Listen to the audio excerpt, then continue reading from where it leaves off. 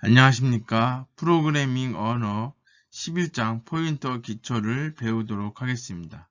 C 언어를 배울 때 가장 어려운 개념 중에 하나가 포인터인데요. 포인터의 정의, 포인터의 연산, 사용법에 대해서 같이 배우도록 하겠습니다. 포인터의 기초는 4개의 절로 이루어져 있는데요.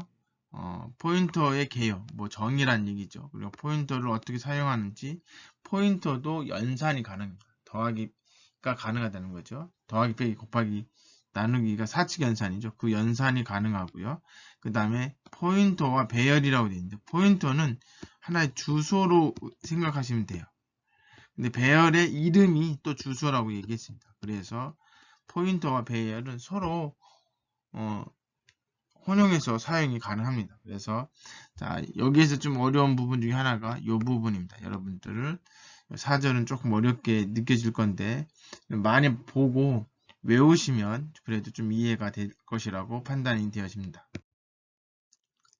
포인터의 개요입니다. 포인터의 개념은 우리가 이제 포인터라고 하는 거 영어로 써 있죠. 이게 이제 수업 시간에 이제 포인터를 통해서 뭘 가리키잖아요. 그런 의미입니다. 지시자, 이렇게 생각하면 돼요. 지시자. 그래서 데이터나 프로그램이 저장되어 있는 메모리 주소를 지정하는 변수를 의미한다. 그래서 메모리 공간에 주소를 가지고 있는 변수다. 그러니까 변수라고 하면 이 변수에는 어떤 것을 저장을 할 수 있는데 보통 일반 변수는 여기에 뭐가 들어가 있냐면 값이 들어가 있습니다. 근데 포인터는 포인터 변수죠. 결국은 여기는 일반 변수라고 보통 얘기하고 이제 구분하기 위해서 이 포인터 변수는 이게 똑같은 변수인데 여기에 뭐가 들어가냐면 주소가 들어갔습니다. 주소가 들어있으니까 결국 해당 주소에 있는 여기에도 어떤 변수가 있겠죠. 결국 뭐냐면 얘가 얘를 가리킨다고 해서 포인터라고 하는 용어를 씁니다. 포인터는 운영체제의 제어 프로그램에서 제어 순서의 지표를 나타내는 것으로 각 태스크에는 포인터가 있습니다. 그리고 이 포인터를 찾으면 하나의 태스크를 형성하는 제어 블록을 찾을 수 있고 구체적으로 작업 처리 대상이 된 레코드가 들어가야 하는 버퍼 메모리 중에 주소를 의미합니다. 이렇게 어렵게 얘기하고 있어요. 이거는 이제 일반적인 운영체제나 이런 데서의 포인터 역할들을 얘기하고 있는 거고요. 보통 이제 포인터를 많이 쓰는 것 중에 하나가 뭐냐면 연결 리스트 또는 이진트리와 같은 향상된 자료구조. 자료구조라고 하는 건 데이터 스트럭처라고 해서 우리가 흔히 얘기하는 자료형입니다. 자료형인데 기본 자료형이 있고 이거를 조금 어떤 대상을 가리키고 표현하기 위해서 새로 만들어지는 구조. 그런 이제 향상된 자료 구조로 많이 사용한다 이런 얘기죠. 그 다음에 인베디드 시스템이라고 해서 우리가 냉장고라든지 전자제품에도 보면 프로그램들이 들어있고 그리고 거기에도 메모리가 있습니다. 그런데 이제 직접 메모리에 직접 접근해서 조작을 하거나 할 때 이제 포인터를 많이 쓰죠. 그래서 이제 인베디드 시스템에서 C 언어가 많이 사용되어지는데 그런 부분들이 이제 포인터의 활용하는데 하나의 가지가 되겠죠. 그 다음에 동적 메모리 할당이 가능하고 함수에서 주소를 참조하는 호출을 구현할 수 있다는 장점이 있다. 동적 메모리 할당 이런 거는 뭐냐면 지난 시간에 이제 배열을 배웠는데요. 이 배열이 이제 크게 이제 고종이 아닌 게 있죠. 유동 내지는 동적이라고 얘기하는 건데 이건 정적 이렇게 의미하죠. 우리가 지난 시간에 배웠던 건 요겁니다. 우리가 방을 10개 만들겠다. 그럼 방이 딱 10개만 만들어지는 거예요. 근데 방에 10개가 아니라 11개를 들어가게 하고 싶으면 못 들어가는 거예요. 왜? 하나가 부족하니까. 근데 동적이라고 하는 건 뭐냐면 배열을 만들었는데 이 배열의 길이를 필요한 것만큼 늘릴 수가 있습니다. 이제 그거 할 때 이제 포인터를 사용한다. 이런 얘기죠. 변수와 메모리 주소입니다. 변수가 선언이 되면 메모리에 이제 변수의 어떤 공간이 할당이 되어집니다. 그러나 이제 우리가 변수가 선언됐다고 해서 어느 위치에 구체적으로 몇 번째 위치에 변수를 할당해라 이렇게 지시하지는 않습니다. 자, 그래서 int a 이렇게 선언을 해주면 메모리 어느 위치에 여유가 있는 공간이 있는 곳에다가 할당을 해줍니다. 이건 누가 하냐면 컴파일러 또는 운영체제가 이제 합니다. 그리고 그거의 주소를 이제 전달해 주는 거죠. 그럼 거기에 원하는 값을 뭐 a는 10이다. 그러면 그 위치에다가 10을 넣어 주는 거죠. 그죠? 그래서 변수 선언할 때마다 메모리 주소를 일일이 지정하지 않아도 변수의 이름을 가지고 이제 접근해서 값을 넣거나 수정하거나 이렇게 할 수가 있겠죠. 자, 그래서 여기 그림을 보시면 이제 메모리가 있고, 이게 메모리라고 하는 주기억 장치죠. 주기억 장치. 우리가 이제 주기억 장치라는 말보다는 가장 많이 쓰는 말이 뭐예요? 램이라고 얘기하죠. 램입니다, 램. 자, 거기에 이제 보통은 메모리가 이제 보통 이제 정수형이라고 하면 4바이트씩이니까 요 시작하는 걸 기준으로 해서 여기가 지금 얼마로 돼 있어요? 10만 아니 만 120번째죠. 만 120번째 변수 하나를 할당을 해줘. 여기다 뭐 값을 넣겠죠. 그리고 그 다음에는 그 다음 거에다 하죠. 그러니까 이제 4바이트씩 끊어집니다. 왜 그러냐면 이제 보통은 이제 정수가 이제 기본 변수니까 그거의 크기가 4바이트라서 그렇습니다. 물론 이제 더블이면 이제 8바이트가 잡히겠죠.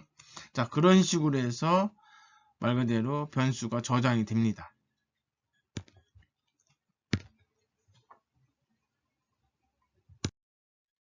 자, 변수 선언과 메모리 공간 확보. 아까 이야기했던 것처럼 변수를 생성하면 변수에 대입하는 값을 메모리에 저장하기 위해서 컴파일러는 메모리 공간이 비어있는 위치를 선정해서 거기에 할당하고 거기다 값을 넣어줍니다. 자, 그래서 이게 이제 말 그대로 어떻게 되는 거예요? i num이라고 하는 변수가 생성이 되고 거기에 3이라고 하는 숫자가 넣어지고요. 그 다음에 여기에는 a라고 하는 문자가 들어가고 여기에는 21.5가 들어갑니다. 자, 당연히 변수가 선언됐을 때 그 변수의 타입을 보고 얼마큼 잡아야 될지를 컴파일러가 계산을 한 다음에 그만큼의 공간이 있으면 거기다가 할당을 해서 값을 넣어주겠죠. 자, 그리고 여기 보시면 자, 이런 식으로 이제 메모리가 저장이 됩니다. 여기서부터 시작해서 4바이트.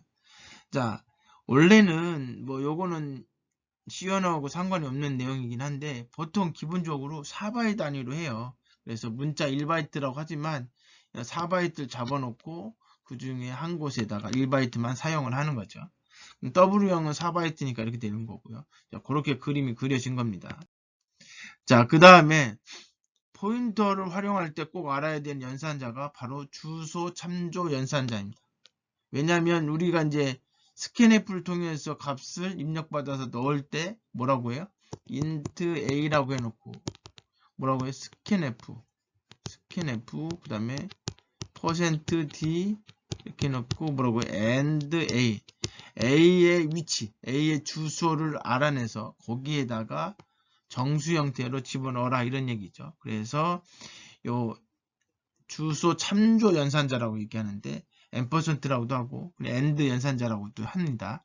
그래서 주소 참조 연산자를 이용하면 그 변수의 주소를 반환하는 역할을 하고 그 주소를 통해서 원하는 값을 저장한다. 이게 이제 스캔F에서 이제 많이 쓰는 방법이죠. 그러니까 주소를 알아낼 때 쓴다. 이런 얘기죠. 자, 그래서 이제 여기 같은 경우는 이제 and i num이라고 쓰면 이거의 결과값은 2가 리턴이 되죠. 시작 주소가 리턴이 됩니다. 시작 주소가. 여기 같은 경우는 7이 리턴이 되겠죠.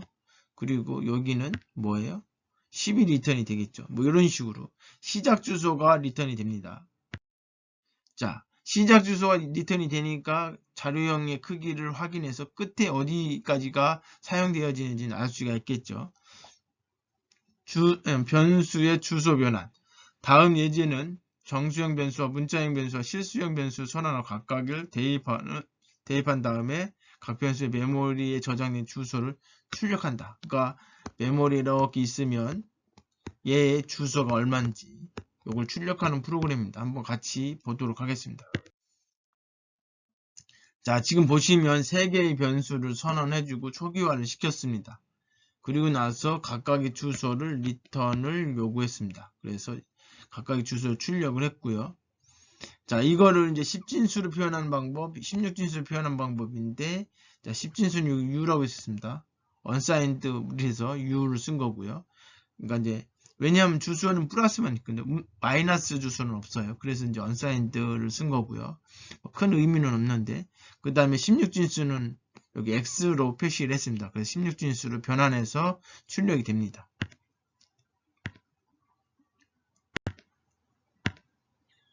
자, 이렇게 해서 AND를 꼭 붙여야지 각각의 변수의 주소가 출력이 됐습니다. 이게 10진수로 표현이 되어 있고요. 자, 이거 보시면 조금 이제 숫자가 이게 지금 먼저 int형이 여기 뒤에 있습니다. 여기에 24번째 4바이트를 잡은 거고요. 여기 int형이고 int형. 자, 그 다음에 여기에 15번째에 뭐가 있어요? 문자가 있죠. 문자가. 그래서 여기가 뭐예요? 차가 되고요. 자, 그 다음에 여기에 뭐가 있어요? 0번째 그죠? 여기에 플로트형이 있습니다. 그러니까 뒤에서부터 이제 할당을 해서 값이 출력된 것을 알 수 있습니다. 자, 그리고 이걸 16진수로 표현하면 이런 식으로 표현합니다. 그러니까 이걸 16진수로 표현한 겁니다. 이게 10진수고요. 자, 여기 보시면 자, 지금 여기 보면 여기는 지금 여기 있고 그 다음에 여기가 얼마겠어요? 여기 4로 시작하겠죠. 그런데 얘는 지금 이렇게 있으면 15잖아요. 키죠? 얘는 4바이트를 잡아놓고 임의의 곳에다가 지금 뭐예요? 차가 할당이 된 걸 알 수 있습니다. 왜냐하면 시작 주소가 지금 뭘로 시작돼요? 4의 배수로 된 여기 15가 4의 배수가 아니잖아요. 그죠? 4바이트를 잡아서 임의의 곳에 차가 선언된 거고요. 뭐 그런 중요한 건 아닙니다. 그냥 기본적으로 4바이트를 기본으로 해서 좀 낭비되더라도 할당을 해준다. 이 정도만 기억을 해주시면 좋을 것 같고요. 자, 이렇게 해서 포인터에 대해서 배웠습니다. 자, 포인터는 뭐다? 결국은 주소를 담는 그릇이다. 근데 이제 그 주소라고 하는 개념을 우리는 scanf라고 하는 함수를 통해서 사용을 해본 적이 있다. 그래서 scanf를 통해서 우리는 뭘 알아냈어요? 각각의 변수가 어디에 할당이 되어 있는지, 어느 주소에 있는지 그것을 printf를 통해서 출력을 한 것을 볼 수가 있습니다. 자, 이렇게 해서 11장 1절을 마치도록 하겠습니다. 수고하셨습니다. 감사합니다.